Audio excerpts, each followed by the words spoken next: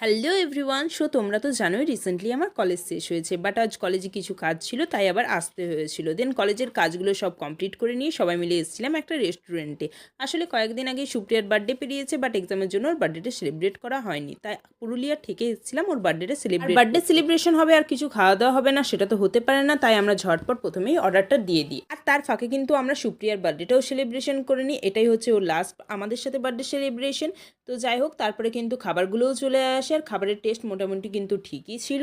আর আমাদের কিন্তু প্রচুর জোর খিদে পেয়েছিল, তাই আগে পেট পুজোটা করে নিই, দেন হোস্টেল আসার জন্য বেরিয়ে যাই। আর এই 10 মিনিটের রাস্তায় কিন্তু কত কিছু দেখলাম, ঝড় মেঘ বৃষ্টি। আর ভিডিওগুলো তোমাদের ভালো লাগলে একটা লাইক কমেন্ট করে দিও। আর তোমরা যদি এখনও আমাকে সাবস্ক্রাইব না করে থাকো তো জলদি জলদি কিন্তু সাবস্ক্রাইব করে দাও। দেন যতক্ষণ না বৃষ্টি থামছিল না আমরা একটা ফাঁকা জায়গা দেখে দাঁড়িয়েছিলাম, দেন একটা স্প্রাইট কিনে চলে এলাম হচ্ছে হোস্টেল। তো দেখা হচ্ছে আমার নতুন একটা ব্লগের সাথে। তো চলো, বাই বাই।